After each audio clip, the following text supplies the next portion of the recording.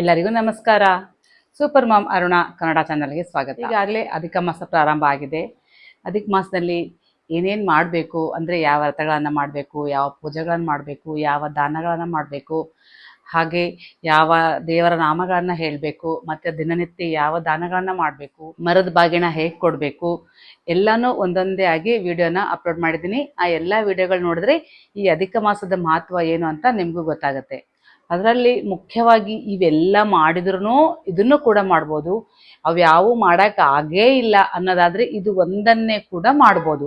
ಇದು ದೀಪ ಹಚ್ಚುವಂಥದ್ದು. 33 ದೀಪಗಳ ಪೂಜೆ ಅಂತಾರೆ, ವ್ರತ ಅಂತಾರೆ. ಏನಾದರೂ ನೀವು ಸಂಕಲ್ಪ ಮಾಡಿಕೊಂಡು ಅಥವಾ ನಿಮ್ಮ ಇಷ್ಟಾರ್ಥಗಳೇನಾದರೂ ಇದ್ದರೆ, ಏನಾದರೂ ಕೋರಿಕೆಗಳಿದ್ರೆ ಅವುಗಳನ್ನೆಲ್ಲ ಮನಸ್ಸಲ್ಲೇ ಅಂದ್ಕೊಂಡು ನಾನು ಈ ದೀಪ ಬೆಳಗಿಸ್ತಾ ಇದ್ದೀನಿ, ಈ ಅಧಿಕ ಮಾಸದ ದೀಪನ ಅಧಿಕ ಫಲ ಕೊಡು, ನನ್ನ ಇಷ್ಟಾರ್ಥ ನೆರವೇರಿಸು ಅಂತೇಳಿ ನೀವು ಭಗವಂತನಲ್ಲಿ ಬೇಡ್ಕೊಂಡು ಈ ದೀಪ ಹಚ್ಚೋದಾದರೆ ಖಂಡಿತ ನಿಮ್ಮ ಆಸೆ, ನಿಮ್ಮ ಕೋರಿಕೆ ಏನಿದೆಯಲ್ಲ ಅದು ನೆರವೇರುತ್ತೆ.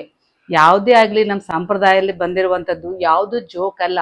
ಪ್ರತಿಯೊಂದಕ್ಕೂ ಅದರದೇ ಆದ ಒಂದು ರೀಸನ್ ಇದೆ. ಅದರಲ್ಲಿ ಈ ದೀಪಕ್ಕೆ ತುಂಬಾನೇ ಪ್ರಾಮುಖ್ಯತೆ ಇದೆ.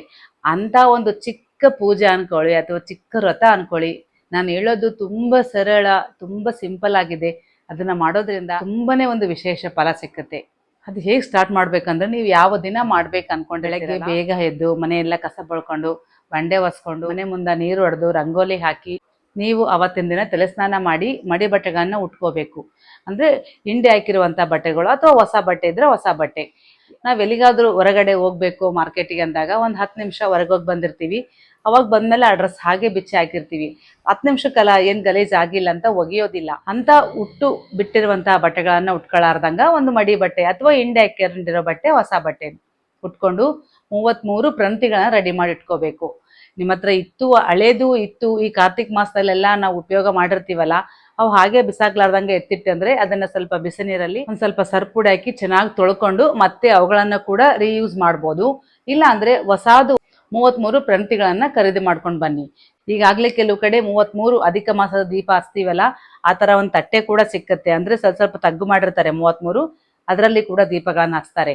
ಅದಿದ್ರೆ ಅದನ್ನ ಯೂಸ್ ಮಾಡಿ. ಇಲ್ಲಾಂದ್ರೆ ಮಣ್ಣಿನ ಪ್ರಂತಿ ಅಂತೂ ಎಲ್ಲ ಕಡೆ ಸಿಕ್ಕತ್ತೆ, ಅಲ್ಲಿನ ತಗೊಂಡ್ ಬನ್ನಿ. ಹೊಸವಾಗಿದ್ರು ಕೂಡ ಔಟ್ರನ್ನ ಕೂಡ ತೊಳಿಬೇಕು. ಯಾಕಂದ್ರೆ ನಾವು ಎಣ್ಣೆ ಅಥವಾ ತುಪ್ಪ ಹಾಕಿದ ತಕ್ಷಣ ಹೀರ್ಕೊಳ್ಳುತ್ತಲ್ಲ, ಅವುಗಳನ್ನ ಕೂಡ ತೊಳೆದು ಆರಿಟ್ಬಿಡಿ. ಬೆಳಗ್ಗೆ ನೀವು ಎಲ್ಲಿ ಪೂಜೆ ಮಾಡ್ಬೇಕು ಅನ್ಕೊಂಡಿರ್ತೀರಲ್ಲ, ದೇವ್ರ ಮನೆಯಲ್ಲಿ ಪ್ಲೇಸ್ ಇದ್ರೆ ಅಲ್ಲಿ ಮಾಡಿ. ಇಲ್ಲಾಂದ್ರೆ ಹೊರಗಡೆ ತುಳಸಿ ಇಟ್ಟಿರ್ತೀರಲ್ಲ, ತುಳಸಿ ಹತ್ರ ಕೂಡ ಇದನ್ನ ಮಾಡ್ಬೋದು. ಇಲ್ಲ ಅಲ್ಲಿನೂ ಜಾಗ ಇಲ್ಲ ಹೊರಗಡೆ ಅಂತಂದ್ರೆ ನಿಮ್ ಹಾಲಲ್ಲಿ, ರೂಮಲ್ಲಿ ಎಲ್ಲಾದ್ರೂ ಯಾರು ತುಳ್ದೇ ಇರ್ತಕ್ಕಂಥ ಒಂದು ಗಡೆನ್ಸ್ ಅಂತ ಇರುತ್ತಲ್ಲ, ಆ ತರ ಅಲ್ಲಿ ಕೂಡ ಮಾಡ್ಬೋದು. ನೀವ್ ಎಲ್ಲಿ ದೀಪ ಹಚ್ಬೇಕು ಅನ್ಕೊಂಡಿರ್ತೀರಲ್ಲ, ಅಲ್ಲಿ ಒಂದು ದೇವ್ರ ಫೋಟೋ ಇಟ್ಟು ಅದಕ್ಕೆ ಪೂಜೆ ಮಾಡಿ ಅದ್ರ ಮುಂದ್ಗಡೆ 33 ರಂಗೋಲಿನ ಹಾಕ್ಬೇಕು. ನಾನು ಆಲ್ರೆಡಿ ಅಧಿಕ ಮಾಸದ ರಂಗೋಲಿಯಲ್ಲಿ ತೋರಿಸಿದ್ದೀನಿ ಚಿಕ್ಕ ಚಿಕ್ಕ ಕಮಲಗಳನ್ನ ಹಾಕೋದು. ನಿಮ್ಗೆ ಇಷ್ಟ ಅಷ್ಟದಳ ಪದ್ಮ ಆಗ್ಲಿ, ನಿಮ್ಗೆ ಯಾವ್ದು ರಂಗೋಲಿ ಬರುತ್ತಲ್ಲ ಈಸಿ ಆಗಿರುತ್ತೆ ಅವುಗಳನ್ನ 33 ಹಾಕ್ಬೇಕು ಚಿಕ್ಕ ಚಿಕ್ಕದು.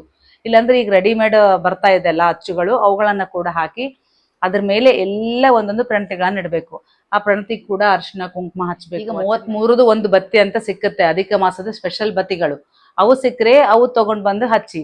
ಇಲ್ಲಾಂದ್ರೆ 2 ಕಡ್ಲೆ ಬತ್ತೆ ಆಗ್ಲಿ, ತುಪ್ಪದ ಬತ್ತೆ ಅಂತ ಕೂಡ ಸಿಕ್ಕುತ್ತೆ, ಅವುಗಳನ್ನಾಗ್ಲಿ ಪ್ರಂತಿ ಒಳಗಡೆ ಇಡಿ. ಅದ್ರ ಮುಂದೆ ಪೂಜೆಗೆ ಇಡೋದಕ್ಕೆ 2 ಎಲೆ, 2 ಅಡಿಕೆ, ಮತ್ತೆ ಒಂದು ಗೆಜ್ಜೆ ವಸ್ತ್ರ, ಹಾಗೆ ನೈವೇದ್ಯಕ್ಕಾಗಿ ಹಣ್ಣಾಗ್ಲಿ ಅಥವಾ ಯಾವ್ದಾದ್ರು ಡ್ರೈ ಫ್ರೂಟ್ಸ್ ಆಗ್ಲಿ ಇಡ್ಬೋದು. ಒಂದು ಕಾಯಿ ಎಲ್ಲ ರೆಡಿ ಮಾಡಿ ಇಟ್ಕೊಂಡು ಎಲ್ಲಾ 33 ದೀಪಗಳನ್ನ ಬೆಳಗಿಸ್ಬೇಕು. ಬೆಳಗಿಸಿದಾದ್ಮೇಲೆ ಮತ್ತೆ ಆ ದೀಪಗಳಿಗೆ ಅರಿಶಿಣ ಕುಂಕುಮ ಹಾಕಿ ಒಂದೊಂದು ಹೂವು ಏರಿಸಿ ಉದಿನ ಕಡ್ಡಿ ಬೆಳಗಿ ನೈವೇದ್ಯ ತೋರಿಸಿ ಕಾಯಿ ಹೊಡಿಬೇಕು. ಅದಾದ್ಮೇಲೆ ಮಂಗಳಾರತಿ ಮಾಡಿ ಎಲ್ಲ 33ಗೆ ಅಕ್ಷತೆನ ಹಾಕ್ಬೇಕು. ನಿಮ್ ಮನ್ಸಲ್ಲಿ ಏನಿರುತ್ತೆ ಅದನ್ನ ಅನ್ಕೊಂಡು ಪ್ರದಕ್ಷಿಣೆ ಹಾಕಿ ನಮಸ್ಕಾರ ಮಾಡ್ಕೋಬೇಕು. ಹಾಗೆ ನೀವೇನಾದ್ರೂ ದಾನ ಕೊಡ್ಬೇಕು ಅನ್ಕೊಂಡಿದ್ರೆ ಅವತ್ತು ಅದನ್ನ ನೀವೆಲ್ಲಿ ಪೂಜೆ ಮಾಡಿರ್ತೀರಲ್ಲ ದೀಪ ಹಚ್ಚಿ ಅಲ್ಲಿ ಅದನ್ನ ಇಟ್ಟು ಆಮೇಲೆ ಅದನ್ನ ದಾನ ಕೂಡ ಕೊಡ್ಬೋದು. ಕೆಲವರು ಈ ರೀತಿ ದಿನ ಕೂಡ ಮಾಡೋರು ಇರ್ತಾರೆ. ದಿನ ಆಗಿಲ್ಲ ಅಂದ್ರೆ ವಿಶೇಷ ದಿನಗಳಲ್ಲಿ 3 ದಿನ ಆಗ್ಲಿ ಅಥವಾ 1 ದಿನ ಆಗ್ಲಿ 5 ದಿನ ಆಗ್ಲಿ ನಿಮ್ಗೆ ಎಷ್ಟು ಸಾಧ್ಯನೋ ಈ ರೀತಿ 33 ದೀಪಗಳನ್ನ ಬೆಳಗಿಸೋದ್ರಿಂದ ತುಂಬಾನೇ ಒಂದು ಒಳ್ಳೆ ಫಲ ಸಿಕ್ಕ. ಈ ದೀಪಗಳನ್ನ ಬೆಳಗಿಸುವಾಗ ಶುಭಂ ಕರೋತಿ ಕಲ್ಯಾಣಂ ಆರೋಗ್ಯಂ ಧನ ಸಂಪದ ಶತ್ರು ಬುದ್ಧಿ ವಿನಾಶಾಯ ದೀಪಂ ಜ್ಯೋತಿರ್ ನಮೋಸ್ತುತೆ ಅಂತೇಳಿ ದೀಪನ ಬೆಳಗಿಸ್ಬೇಕು. ಹಾಗೆ ನೀವು ಈ ಪೂಜೆ ಮಾಡುವಾಗ ಕೂಡ ವಿಷ್ಣು ಸಹಸ್ರನಾಮ ಆಗ್ಲಿ, ಲಲಿತ ಸಹಸ್ರನಾಮ ಆಗ್ಲಿ ಅಥವಾ ದೇವರ ಹಾಡುಗಳನ್ನಾಗ್ಲಿ ಕೇಳ್ಕೊಂತ ಒಂದು ಭಕ್ತಿ ತುಂಬಿದ ಮನಸ್ಸಿಂದ ಮಾಡಿದ್ರೆ ತುಂಬಾ ಬೇಗ ಒಳ್ಳೆ ಫಲ ಸಿಕ್ಕುತ್ತೆ. ಒಂದು ದಿನ 33 ದೀಪಾರಾಧನೆ ಹೇಗ್ ಮಾಡ್ಕೋಬೇಕು ಅಂತ ಈ ವಿಡಿಯೋ ಇಷ್ಟ ಆಗಿದ್ರೆ ಖಂಡಿತ ಲೈಕ್ ಮಾಡಿ. ಹಾಗೆ 4 ಜನರಿಗೆ ಶೇರ್ ಮಾಡಿ.